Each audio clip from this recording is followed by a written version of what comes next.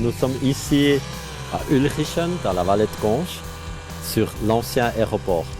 Et puis nous l'avons choisi comme terrain d'essai pour notre station 5G privée dont on voit l'antenne là derrière.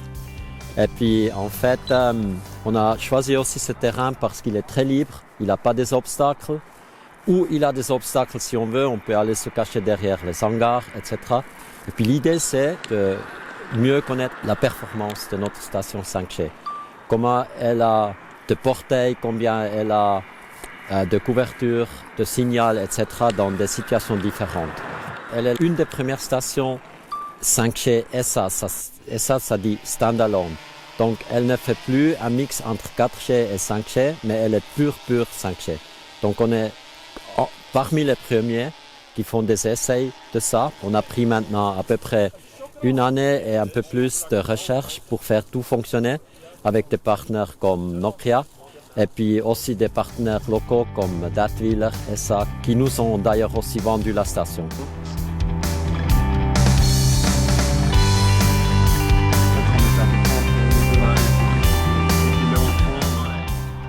Cette connexion, elle se fait à presque 1 kilomètre de distance avec notre station 5G privée.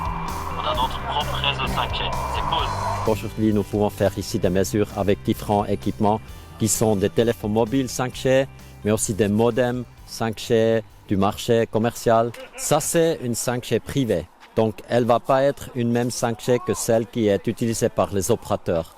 Le Ofcom, donc l'Office fédéral de communication, ils ont mis à disposition au privé une bande de fréquence entre 3,4 et 3,5 GHz. Et puis, c'est là où on peut bouger. Et puis, on est aussi limité en puissance d'émission. On est limité à 6 watts. Et puis, ça nous fait des portails de, disons, 500 mètres. On peut aller plus loin. On a fait aujourd'hui des mesures qui ont porté jusqu'à 1 kilomètre. Mais on a aussi fait des mesures qui était beaucoup plus décevante quand on était caché derrière un bâtiment, c'était 50 mètres. Donc c'est très dépendant de la nature autour de vous qui limite les rayonnements de l'antenne. Voilà.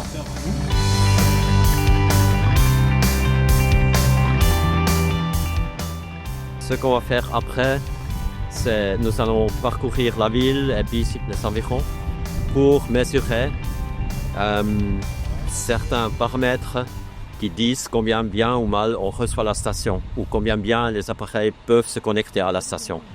Il faut toujours penser, la station elle a une puissance d'émission, mais il faut aussi penser les appareils que communiquent avec elle, ils ont aussi une puissance d'émission. Donc c'est pas seulement une question que la station puisse atteindre l'appareil, mais aussi que l'appareil puisse atteindre la station. Puis nous allons avec ce même expérience aussi faire un peu une preuve que les tours 5G, elles vous font pas du mauvais, mais c'est plutôt vos appareils qui vous font du mauvais. On a testé à Sion parce qu'on voulait aussi tester dans un environnement urbain. Les tests ont montré ce qu'on a pensé. Cette station 5G, avec la petite puissance qu'elle a, elle porte très très peu.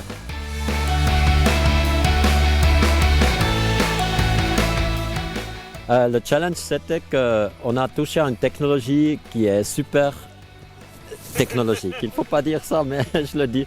Elle est très très technologique et puis il faut lire beaucoup de normes et puis des RFC pour comprendre ce qui se passe. Et je pense aujourd'hui on peut prétendre qu'on est un groupe qui sait beaucoup sur les 5G, pas seulement que ça existe, mais comment ça fonctionne techniquement et qu'on se débrouille en cas de problème. Donc on peut résoudre les problèmes.